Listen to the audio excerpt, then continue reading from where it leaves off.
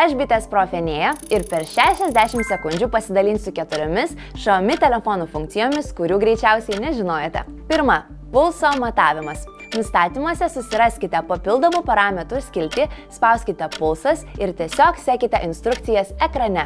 Antra.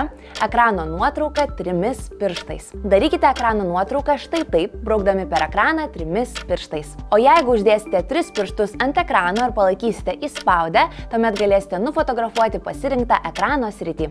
Trečia. Šoninė juosta su norimomis programėlėmis. Pridėkite norimas programėlės į šoninę juostą. Dabar galėsite jas paleisti daug greičiau. Taip pat jas galėsite štai taip sumažinti arba išplėsti. Ketvirta. Programėlių užrakinimas. Nustatymuose nueikite į skiltį programos. Spauskite programos užraktas ir pasirinkite, kokias programėlės norite užrakinti. Dabar niekas be jūsų negalės jų atidaryti. Patiko šis video, užsukite į bitesprofai.lt, kur rasite daugiau patarimų per 60 sekundžių.